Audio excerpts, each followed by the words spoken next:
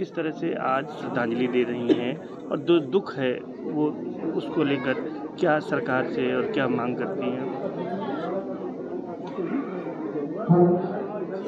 मैं कुछ बोलने लायक नहीं हूँ, इसमें कुछ मुझसे बोला नहीं जा रहा है। मैं क्या मांग करूँ मुझे खुद भी नहीं समझ में आ रहा।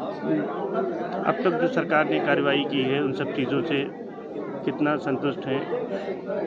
कार्रवाई जो हुआ है उस सबसे संतुष्ट हूँ, लेकिन अभी भी लोग बाहर है, कुछ भी कर सकते हैं, कुछ भी हो सकता है, कभी भी कुछ घटना हो सकती है। क्या चाहती हैं? बस जिस प्रकार से आज तक हम अभी अतीक अहमद और अशरफ मारे गए हैं, बाकी उनकी बीवी है, गुड्डू मुस्लिम है, अरबाज और साबिर है, ये सब जब तक इनका पकड़ा जाना ज़रूरी नहीं है, पकड़ जाएंगे तभी कुछ होगा, नहीं तो फिर हम लोग का भी कहीं ना कहीं हश्र इसी तरह से होगा। अच्छा, जो संकल्प था उनका उमेश पाल जी का, आप उनकी पत्नी है, तो उसको किस तरह पूरा करना चाहती हैं राजनीति के क्षेत्र में जैसे वो जाना चाहते थे? मैं उनके पद चिन्हों पर चलना चाहूँगी, जो वो चाह रहे थे समाज के लिए, मैं वो काम करना चाहूँगी। समाज से क्या अपील करेंगी आज के दिन? मैं सिर्फ समाज से यही अपील करूँगी कि सर्व समाज सब एक साथ रहें, क्योंकि हम लोग का विखंडन ना हो, और विखंडन होने पे ही दूसरे लोग हम पर हावी हो सकते हैं। तो ऐसा हम लोग सब साथ में रहेंगे तभी कुछ हो सकता है। अच्छा, सरकार आपके साथ खड़ी रही है, सरकार को लेकर क्या कहेंगे योगी जी की? उन्होंने जो पिता तुल्य कार्य किया है, मैं उनकी बहुत सराहना करूँगी। उन्होंने जो कार्य किया है वो अन्य सरकार में नहीं हो पाया है। उदाहरण के तौर पर राजूपाल का ही कांड हुआ था, तो उस समय भी जो सरकार थी उन्होंने कुछ नहीं किया। आज माननीय मुख्यमंत्री योगी आदित्यनाथ जी भी हैं और नरेंद्र मोदी जी भी हैं। उनकी वजह से आज मैं उस व्यक्ति से लड़ नहीं सकती थी, लेकिन आज मुझे उन्हें पूरा करके दिखाया, और मैं चाहती कि उन्हीं की शरण में रहूं, वो छत्र छाया मेरे पर बनाए रखे रहें। योगी जी के लिए कुछ अपील करेंगे? यही कहूँगी कि जिस प्रकार से आज तक आपने देखा है, आगे भी हमें सदैव इसी तरह से देखते रहें। तो दुख तो बहुत है, आपके आंसू भी नहीं थम रहे हैं, क्या लेकिन आज कहेंगी, लोगों से क्या अपील करेंगी?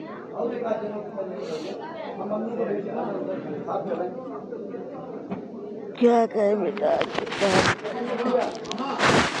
आज 1 साल हो गया, पूरी तिथि है बेटे की। जिस शेर को हमने पाला उस शेर मौत के घाट पर गए, अब क्या करें अब।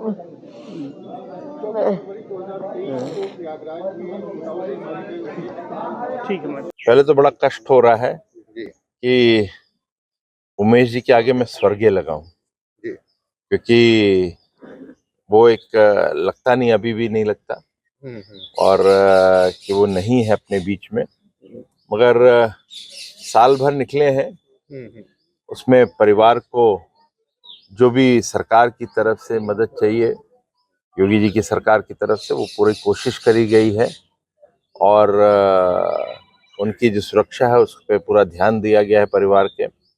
और साथ ही साथ मैं इतना कहूँगा, परिवार ने भी हिम्मत दिखाई है कि इतने बड़े एक लॉस जो होता है उसमें भी सब लोग ने एक हिम्मत दिखा के खड़े हुए हैं। अच्छा लग रहा है कि बच्चे उच्चे सब अब जहाँ पे जाना चाहिए उन लोग जाते भी हैं। तो ये सब चीजें हैं, बस सुरक्षा का विशेष रूप से ध्यान अभी भी रखा जा रहा है, लेकिन ये वादा किया था हम लोगों ने कि जो हत्यारे हैं उनको सबक सिखाया जाएगा, और योगी जी ने भी कहा था कि माफियाओं को मैं मिट्टी में मिला के जाऊंगा, तो वो मिट्टी में मिलाए गए हैं। तो एक बड़ी सफलता उस आधार पे भी है, और मगर जो एक लॉस होता है परिवार को, समाज को, एक व्यक्ति के ना रहने से, वो तो रहेगा ही हमेशा। मगर सही श्रद्धांजलि ये रहेगी कि उसको हम लोग एक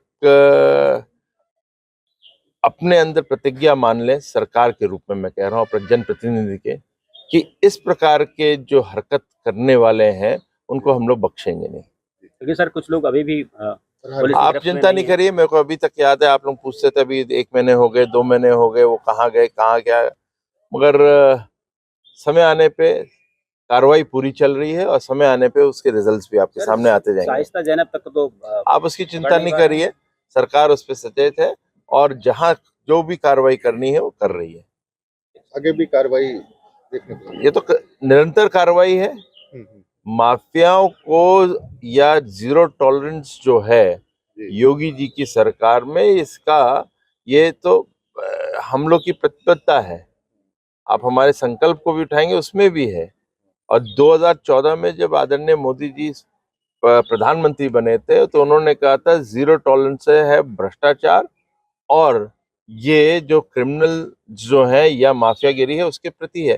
तो उसी सिद्धांतों को लेके भी 2017 से उत्तर प्रदेश की सरकार चल रही है। योगी जी ने सदन के पटल पे कहा था कि हम इस माफिया को मिट्टी में मिला देंगे, लगता है कि वादा पूरा? उसका तो आकलन आप कर सकते हैं, जनता कर सकती है, और उस दिशा में बड़ी कार्रवाई हुई है।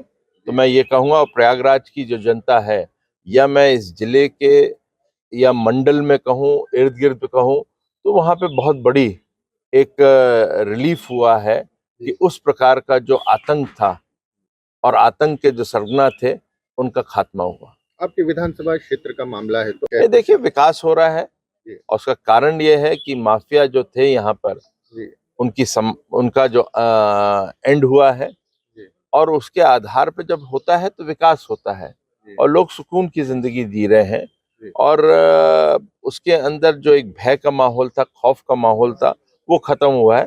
तो उसी की नींव से ही विकास होता है और क्षेत्र की उन्नति होती है।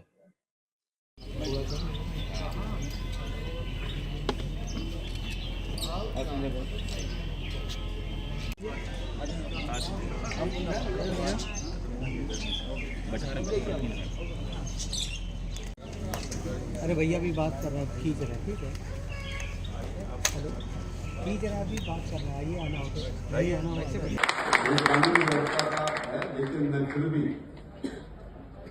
प्रयागराज की पुलिस से कहना चाहूंगा, जो अवशेष बाकी हैं, अपराध के फॉसिल्स हैं, वो भी समाप्त होने चाहिए।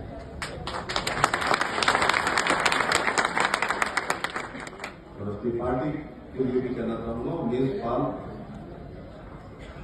अपने अंतिम समय में भारतीय जनता पार्टी में थे। मुझे याद है 22 के चुनाव में मेरे साथ हेलीकॉप्टर से भी दौरा किया था। तो मैं चलातू तो गए थे ना, मुझे साथ में गए थे। तो मैं ये कहना चाहूंगा, उमेश पाल के घर की राजनीतिक बेल चल रही थी, उसका बेल का वंश का नाश जिस पार्टी ने किया है और कराया है, उसका वंश नहीं चलना चाहिए।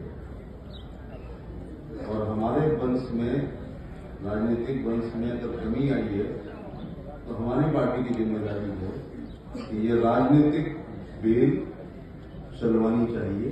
उमेश पाल का वंश